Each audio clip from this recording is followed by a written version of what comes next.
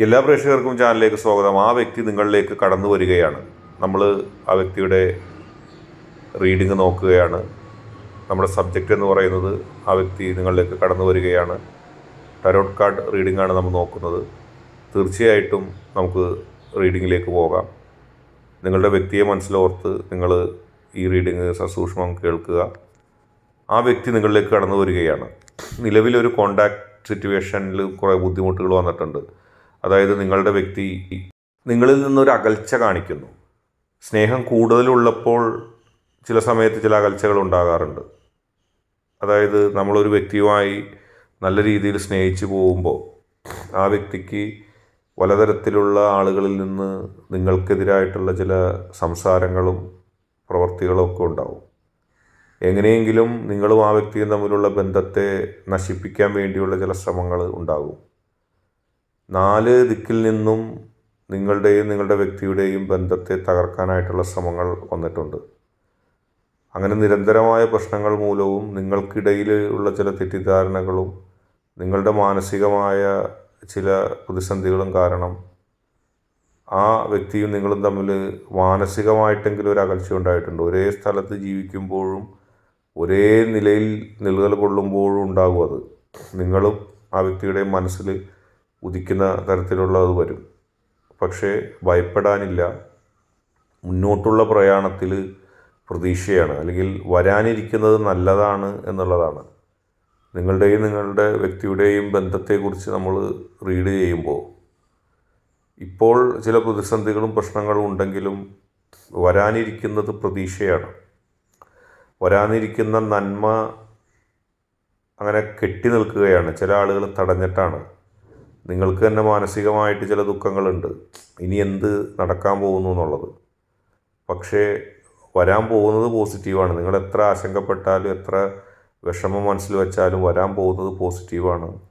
ആ നന്മ, ആ വലിയ വിജയത്തിൻ്റെ യാത്ര തുടങ്ങാൻ കുറച്ച് ബുദ്ധിമുട്ടായിട്ട് നിൽക്കുകയാണ്. അതായത് മനസ്സിൽ ഉള്ളത് തുറന്ന് പറയുന്നതിന് ചിലപ്പോൾ ചില ബുദ്ധിമുട്ടുകളുണ്ടാവും.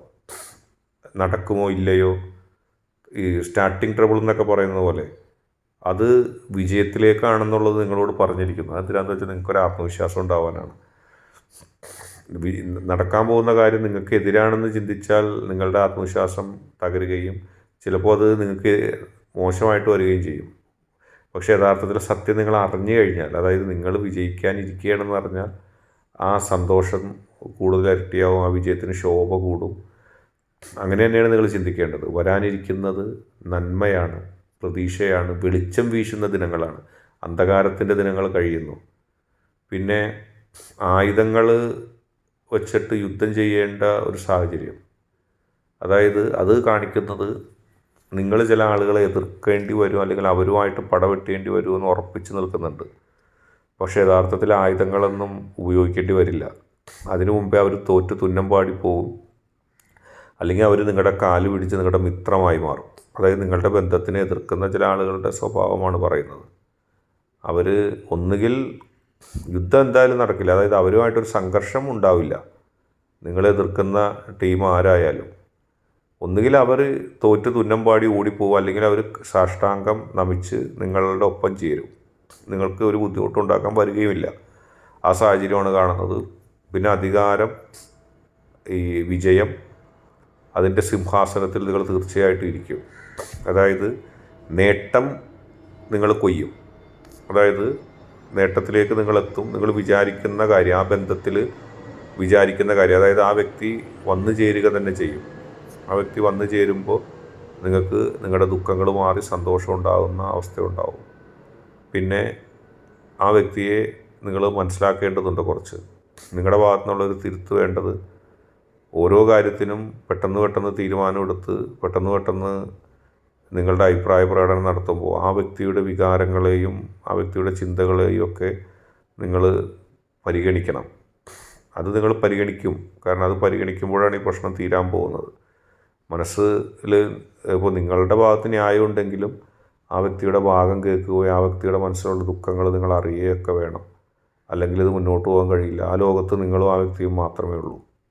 അതിൽ തന്നെ ആദ്യം തീരുമാനം എടുക്കേണ്ടതും ആദ്യം മനസ്സ് മാറ്റേണ്ടതും ആ വ്യക്തിക്ക് വേണ്ടി ചില വിട്ടുവീഴ്ചകൾ 100% നിങ്ങൾക്ക് നിങ്ങൾ പറയുന്നതാണ് ശരിയെങ്കിലും ആ വ്യക്തി പറയുന്നത് തെറ്റാണെങ്കിലും ചില വിട്ടുവീഴ്ചകൾ ചെയ്ത് മുന്നോട്ട് പോകേണ്ട സാഹചര്യമാണ് നിലവിലുള്ളത്. അത് നിങ്ങൾ തീർച്ചയായിട്ടും ചെയ്യണം. കാരണം ഈ ബന്ധത്തിൻ്റെ ദൃഢത നിങ്ങളുടെയും കൂടി ആവശ്യമാണ്.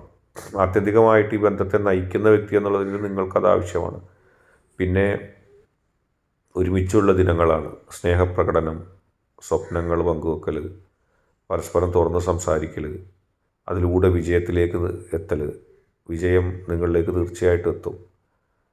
ഈ പകലിൻ്റെ ചൂടും പകലിൻ്റെ ഈ യുദ്ധസമാനമായ സാഹചര്യവും കഠിനാധ്വാനത്തിനൊക്കെ ശേഷം നിങ്ങൾക്ക് രണ്ടുപേർക്കും വിശ്രമിക്കാനുള്ള സമയത്തിരിക്കുന്നു. അതായത് സ്വപ്നങ്ങൾ പങ്കുവെച്ച് നിങ്ങൾക്ക് രണ്ടുപേർക്കും ഒന്നായി തീരാനുള്ളൊരു സാഹചര്യം ഉണ്ടാവും. അത് മാനസികമായിട്ട് ശാരീരികമായിട്ടൊക്കെ അത് സംഭവിക്കും.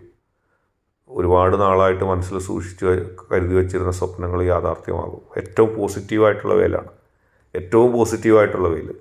ഒരിക്കലും ഒരു തെറ്റായ ചിന്താഗതി അതിൽ വേണ്ട.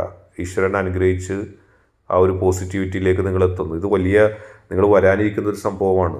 ഏറ്റവും വലിയ ഭാഗ്യവാന്മാരും ഭാഗ്യവതികളാണ് നിങ്ങൾ. അല്ലെങ്കിൽ ഇത്തരം ഒരു ഇത്തരം ഒരു വീഡിയോയിലേക്ക് നിങ്ങൾ എത്തില്ല. ഈ ഒരു ഫയലിൻ്റെ അറേഞ്ച്മെൻറ്റ് തന്നെ നിങ്ങൾക്ക് വേണ്ടിയുള്ളതാണ്.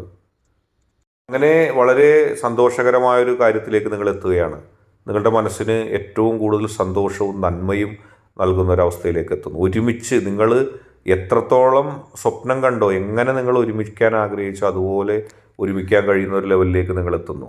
വളരെ പോസിറ്റീവായിട്ടുള്ളൊരു റീഡിംഗ് ആണ് ഇതിൽ വരുന്നത്. പ്രതിസന്ധി ഉണ്ട് ഇപ്പോൾ, ശരിയാണ്.